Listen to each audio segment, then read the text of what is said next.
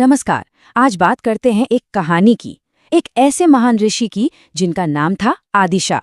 ये कहानी ना हमें अनुशासन और सच्ची लगन के बीच का एक बहुत ही गहरा फर्क सिखाती है।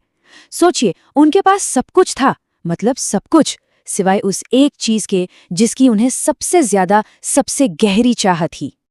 जरा इस तुलना को महसूस कीजिए। पूर्णिमा का चांद, अकेला, बेदाग, जिसकी बराबरी कोई नहीं कर सकता।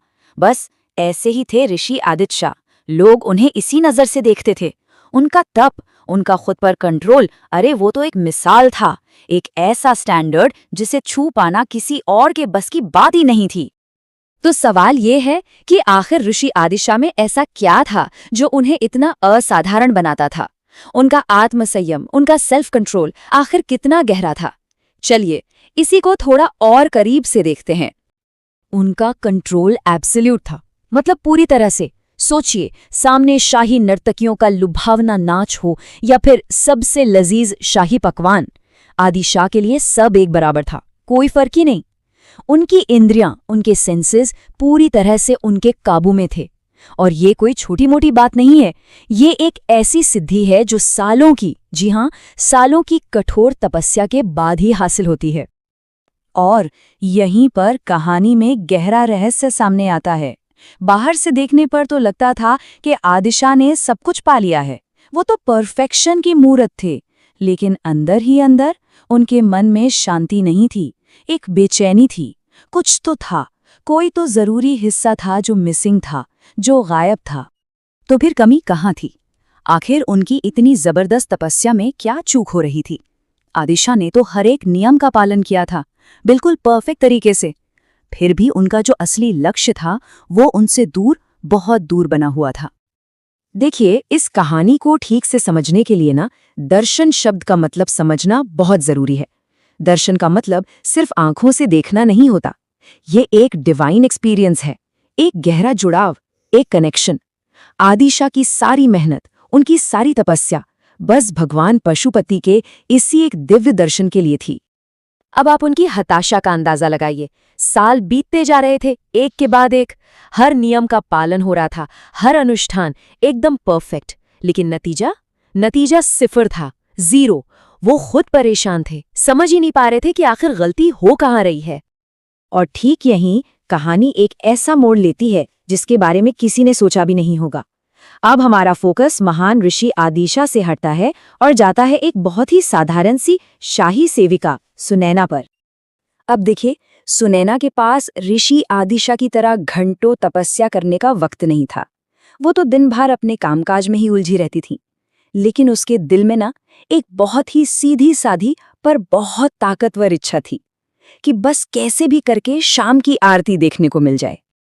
और जैसे ही उसे अपने काम से थोड़ी फुर्सत मिली, सोचिए, वो दिन भर की भूखी प्यासी थी, पर वो अपने घर नहीं गई। नहीं, वो भागी सीधे नदी के किनारे की तरफ, जहां आरती हो रही थी।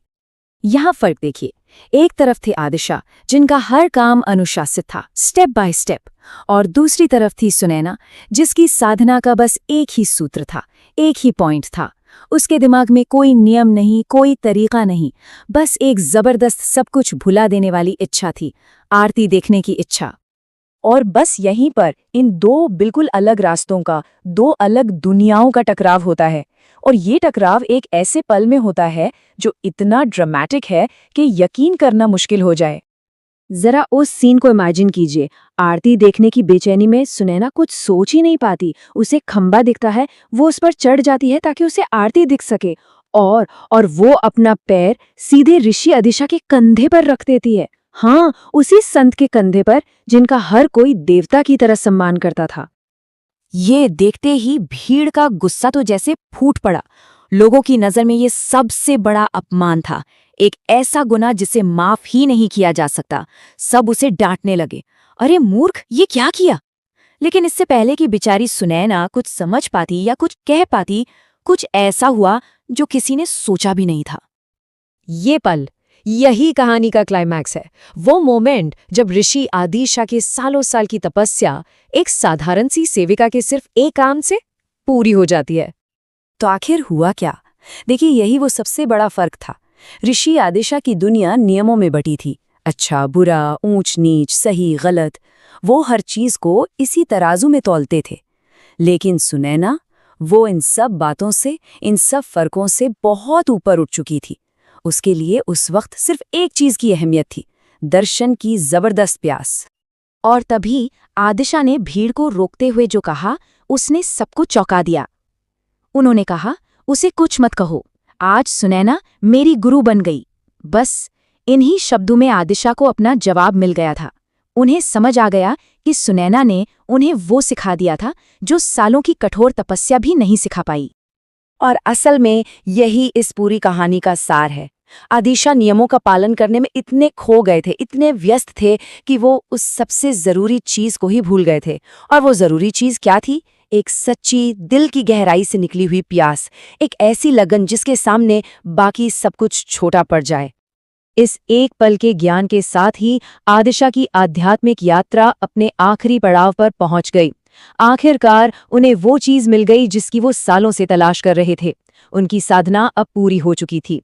पता है क्या हुआ?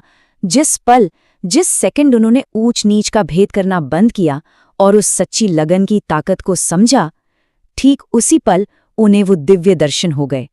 उनकी अधूरी साधना आखिरकार पूरी हो गई। तो ये कहानी हमें एक बहुत गहरे सवाल के साथ छोड़ जाती है। सच्ची भक्ति किसमें है? क्या वो एकदम परफेक्ट अनुशासन, हर नियम का पालन करने में है, या फिर वो उस एक जबरदस्त, सब कुछ भुला देने वाली प्यास में है जो हर नियम और हर बंधन को तोड़कर आगे बढ़ जाती है? सोचिएगा जरूर।